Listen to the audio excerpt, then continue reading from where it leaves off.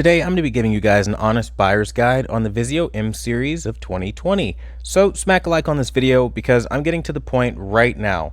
Okay, so let's just dive into how it performed out of the box. Out of the box, it actually wasn't the worst thing I've ever seen.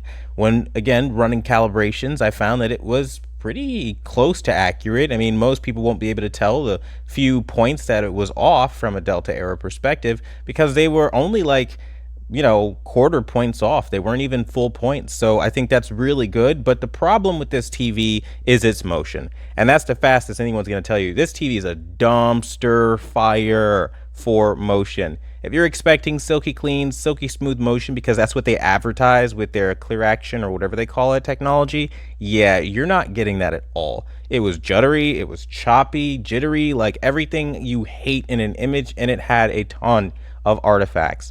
Another problem with this TV is that the black levels are pretty atrocious. So local dimming shouldn't even be on this TV. It should be called edge lit because it's how it performs. It's a joke. Like the black levels are gray, they're hazy, and again, it's more nonsense like I see in 2020.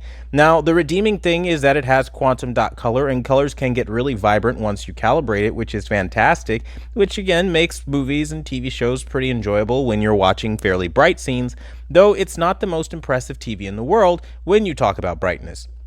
The brightness of this TV is really kind of subpar like you would expect at this price point. It's around the 500 to 600 nit range. I mean, you're not going to appreciate too much more than that, and that's a damn shame because it really had potential. Now, as far as when you talk about reflections and stuff like that, I hate the finishing on this display. It's like that chalky matte finish look that just screams entry-level television. Now, of course, again, you're not paying a ton of money, but again, when you have brands like TCL and Hisense offering more, it just kind of seems like those are the no-brainers, at least as far as we stand in 2020, because obviously if you watch it later on next year, I mean, maybe the things that I'm saying right now might change, but right now in 2020, yeah, this is pretty not so great. And now, honestly speaking, I mean, listen, if you're coming from an older TV that's 10 to 15 years old, you're not going to care about what I'm saying, and all you care about is seeing an upgrade from your old 10-year-old TV. And if you're that person, buy whatever the hell you want and don't listen to information if you are going to be offended by it. I can't tell you how many people get offended by these buyer's guides because I didn't appreciate what they saw coming from a 10-year-old television. I've been reviewing TVs for years and years and years now, and honestly, I'm holding it to, again, the current market, not your outdated TV. So if that's going to bug you, again, just click off and watch somebody that's going to market and promote a television because they're an influencer or affiliate marketer.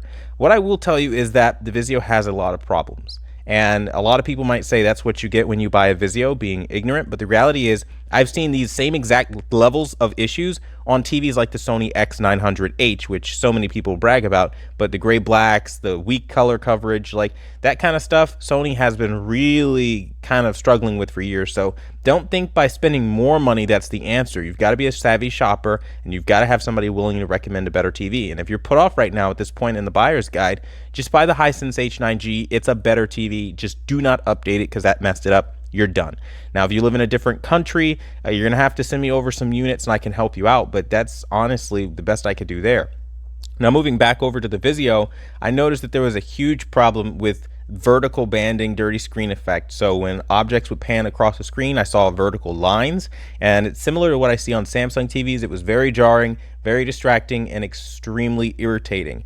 Now, I mean, maybe if you're somebody who isn't affected to that great degree like I am with discerning eyes, maybe it might go under detected, but I think you'll detect this one because it was pretty bad, and it was something that I think most people will see either way.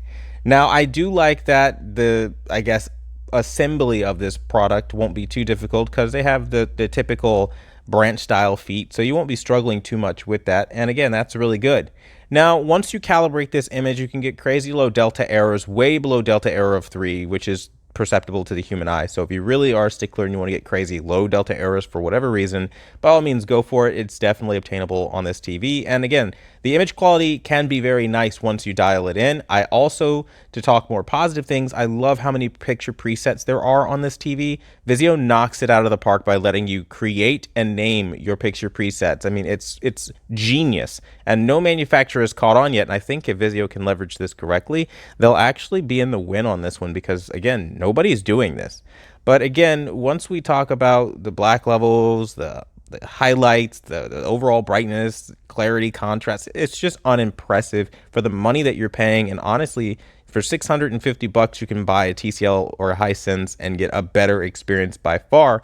And the motion issues, I mean, the cheap speakers in this TV, it's all just really poor quality, really, and it's nothing to be impressed about. Even if you're coming from a 10-year-old TV without quantum dots and all that other stuff, you have better options. So in summary, what I would personally buy is the Hisense H9G. I think that is an excellent alternative. Hisense didn't sponsor me, and they honestly didn't pay me to say any of that. It's just the honest truth. If you want the best TV right now for the price point of well under $1,000, there is no better TV than the Hisense H9G, especially once we start talking about HDR performance.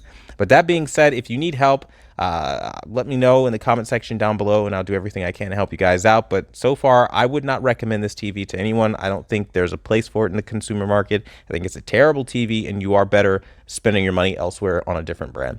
But until the next video, I'll see you guys later.